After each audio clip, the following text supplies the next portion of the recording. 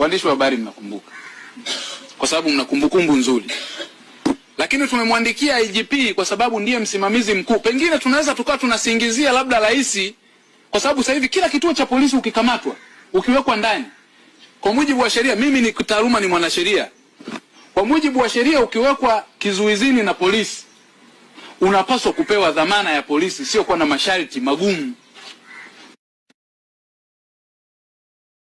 Pale tu inapoonekana kwamba unaweza ukapatikana siku ambayo utahitajika kwenda mahakamani.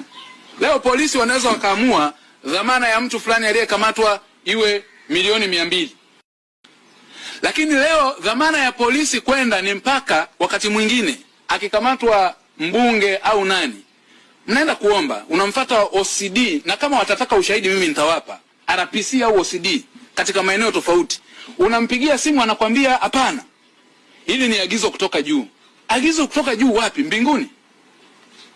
Agizo kutoka juu kwa nani? Kumbe tunatoka kwenye kuendesha nchi kwa mujibu wa sheria, tunaenda kwa agizo kutoka juu. Sasa maagizo kutoka juu kwa sababu yamekuwa mengi, tunataka tujue juu ni wapi. Kwa sababu unaweza kwa kunatumika vibaya mwanya huu neno hili agizo kutoka juu, likawa linatumika vibaya na watendaji wa polisi wasio waaminifu, ma OCD na ma RPC, kwa kutaka kugandamiza haki za watu.